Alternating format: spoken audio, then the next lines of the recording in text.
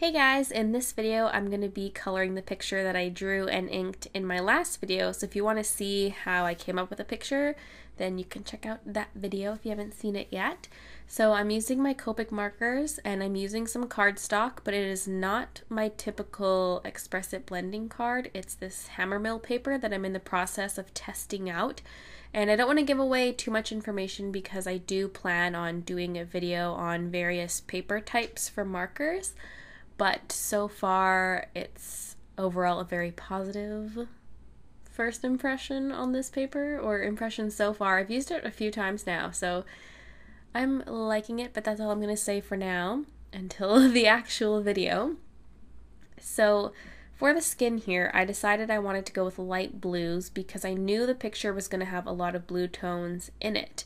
And I want her skin to look white, and that's why I was a little afraid to overshade her face at the beginning, because my thought is her skin's nearly white because she's a vampire, but blue because of the lighting. And so I would slowly build it up over time, and then after I worked on the hair for a while, I went back and darkened some of the shadows just to make it match the shading in the hair, I guess. And so my thought for this would be just a very simple headshot. It's nothing fancy, just a simple headshot of her looking a little surprised, and then her skin is very light, and then everything else in the picture is quite dark, and then there's her eyes and her mouth, which are a pop of different color. So I knew I wanted lots of blacks and blues for the hair and for the background, and I think I pulled it off somewhat successfully. I'm jumping the gun by talking about this, but when I'm looking back on this footage, I think it looked pretty good with just a solid white background before I added a background, but I feel that way about all my pictures before I add a background.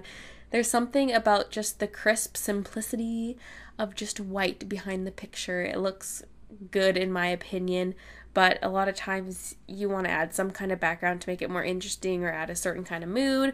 Plus, this is supposed to be a Halloween vampire picture. And so it makes sense for it to be dark because it's not like vampires are coming out during the day.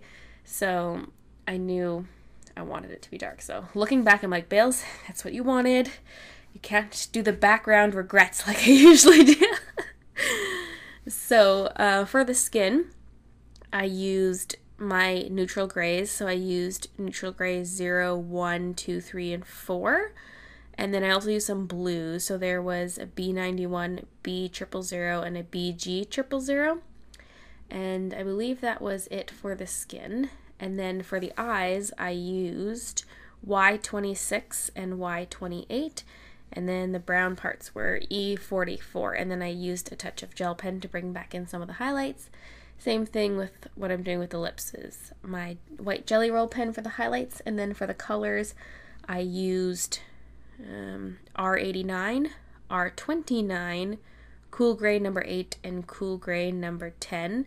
The number 10 is what I used inside the mouth. Initially I used 8 on the mouth, and then I later darkened it to the 10, and I also used that cool gray number 8 to do the shading on the lips, because I have some pretty dark reds, but I feel like they're not dark enough. I feel that way about my greens as well with Copic markers. I don't have all the colors, but I feel like, you know, an R89, my R39, R29, all the ones that end in 9, they're just not dark enough.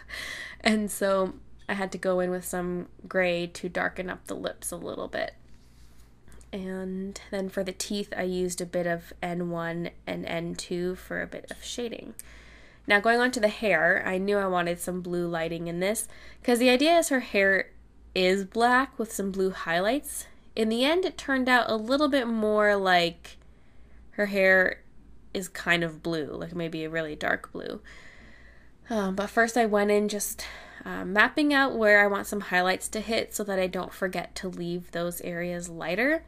And then went in with my darkest color, which was my black, the 100 black, and added some streaks to the hair. And I wanted it to be a little chaotic and messy, like there's actually some strands of hair that were in the sketch that you don't see yet because I actually forgot to ink them.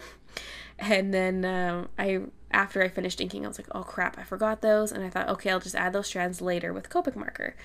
And so you'll see me add some strands on the face and on the sides of the hair to match sort of the messy look. I mean, it's still overall not that messy, but just a little bit chaotic just to go with the mood of the picture. So as you can see, the streaks throughout the hair are kind of a bit sloppy. I mean, that was partially intentional and then partially not. Like, it ended up being a little messier than I intended, but that is fine.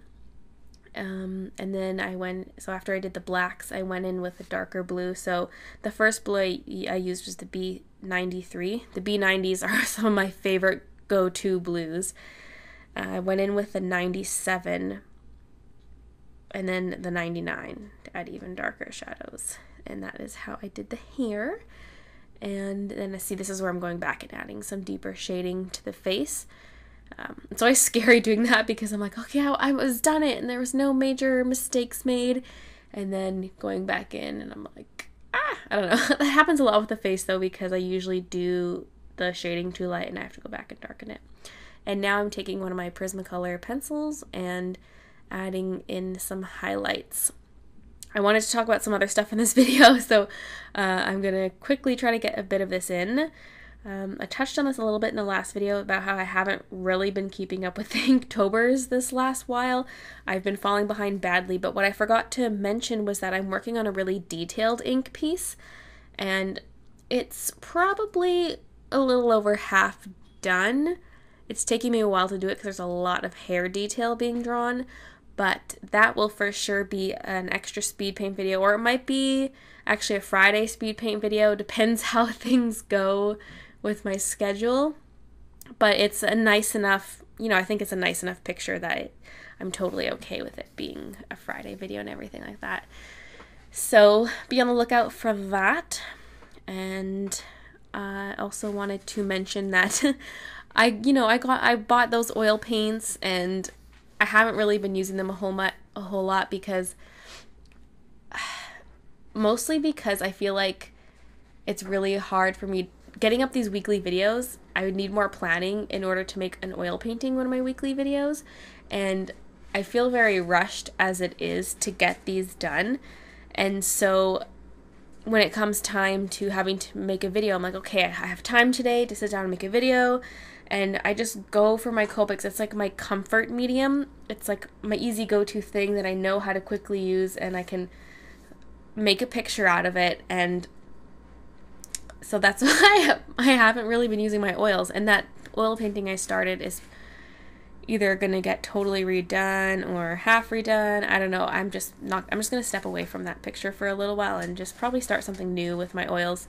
I also am prepping for a convention and I want to sell some original stuff there, which is why I also wanted to get something done that didn't need to dry forever and ever. So that's why I've been doing Copic stuff, because I want to have this to sell the original and some prints of it. So yes, and here I'm using my Copic Airbrush system. I'm not using my air compressor because it's late at night and it's loud, and so I just use my air cans, but I was having some troubles with the small one, and so I switched to my larger air can, which is what I am using now. But what I wanted to touch on other than oil painting is I also really want to do more digital stuff, but it's again one of those things where I rush to my comfort medium instead of properly practicing my other mediums, and so I really need to make a conscious effort to use my paints and then practice digital painting, because I feel like once I do more digital painting work, it can help me so much with my traditional work, because it's so much easier to play around with lighting and various ways of coloring and color experimentation and all that.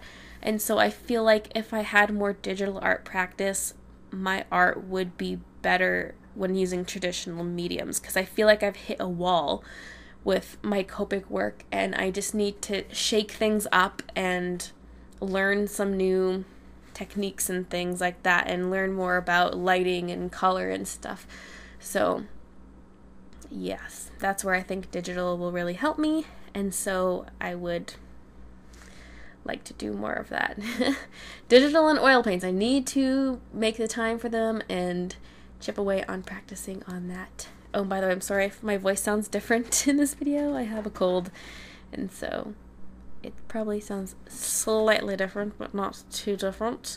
Here I'm going back in with a gel pen, and whitening the edges of the girl because I don't want her to blend in too much with the background, because her hair is dark, the background's dark.